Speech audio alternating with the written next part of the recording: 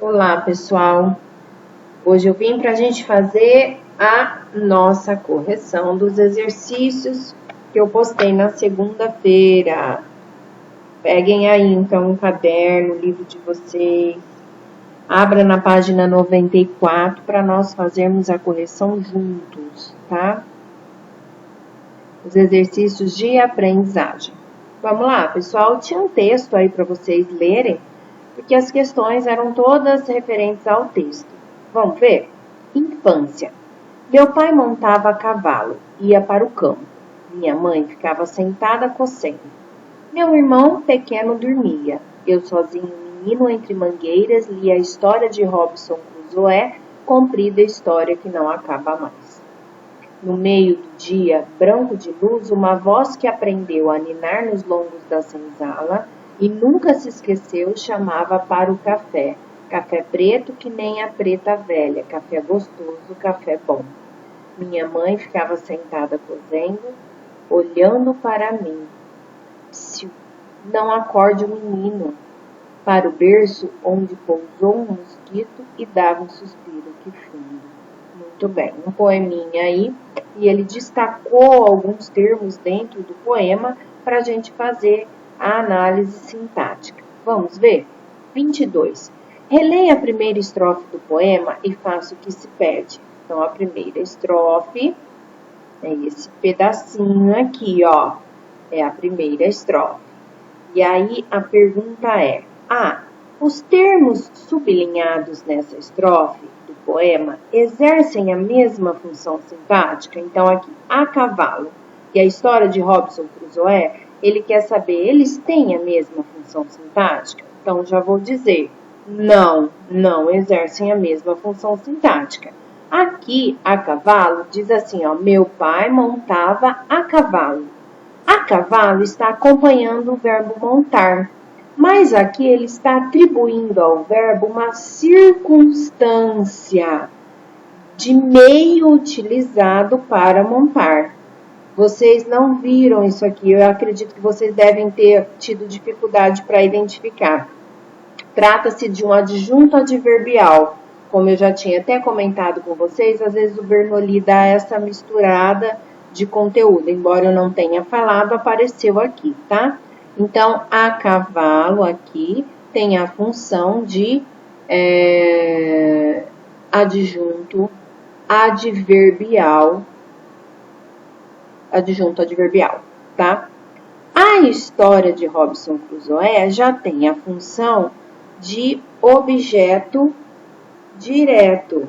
Porque olha lá como ele diz, ó. Lia a história de Robinson Crusoe. Ler é um verbo. Quem lê o quê? O que ele lia? A história de Robinson Crusoe. Completou um verbo transitivo direto, então tem função de objeto direto, certo? Letra B.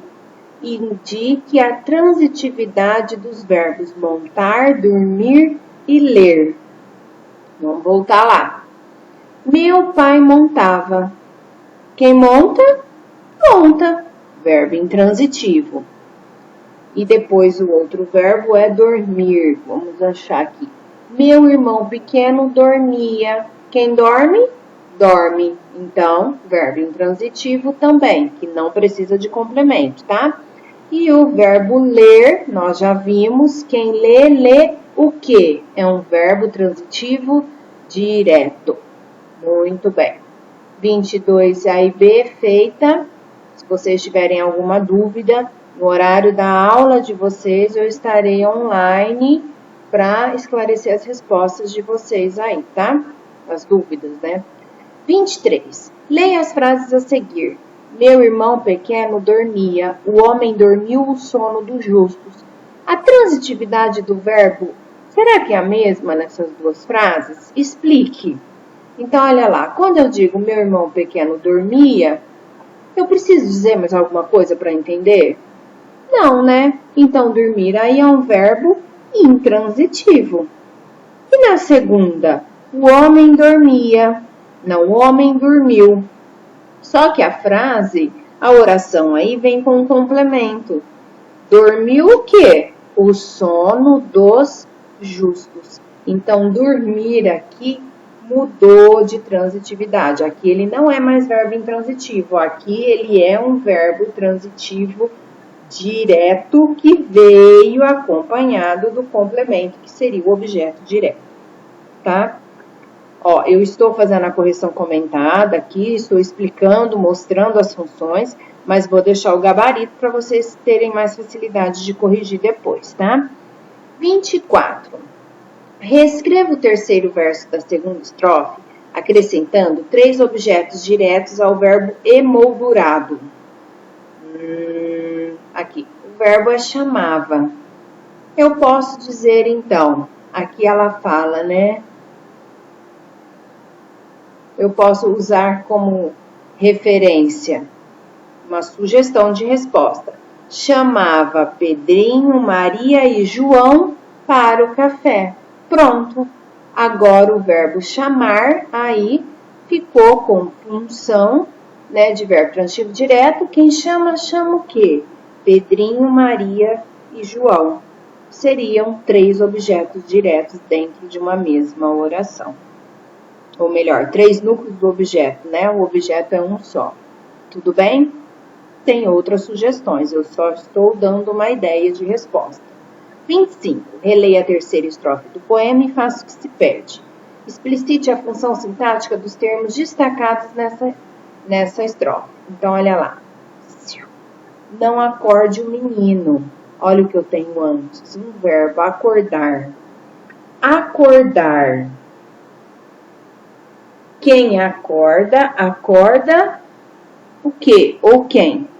Acordou o menino. Então, o menino aqui tem função de objeto direto. Para o berço onde pousou um mosquito. Vamos inverter? Um mosquito pousou no berço. Quem pousou? Um mosquito. Então, mosquito aqui tem função de sujeito, tá? B. Analise se é possível substituir os termos por pronomes pessoais do caso oblíquo sem prejudicar o sentido. Então, olha lá. Na primeira aqui, não acorde o menino, eu até poderia substituir sim por um pronome pessoal do caso oblíquo, que não perderia o sentido. Eu poderia substituir pelo pronome pessoal do caso oblíquo o, né? Eu substituiria o termo menino por acorde o e não perderia o sentido, tá? Agora, no trecho 2, que seria ali a outra função, um mosquito, não dá para substituir, porque ele tem função de sujeito e sujeito não pode ser substituído por pronome pessoal do caso oblíquo. Muito bem, essa é a correção. Se tiverem dúvidas, lembra sempre de anotar e perguntar. Um beijo, até a próxima.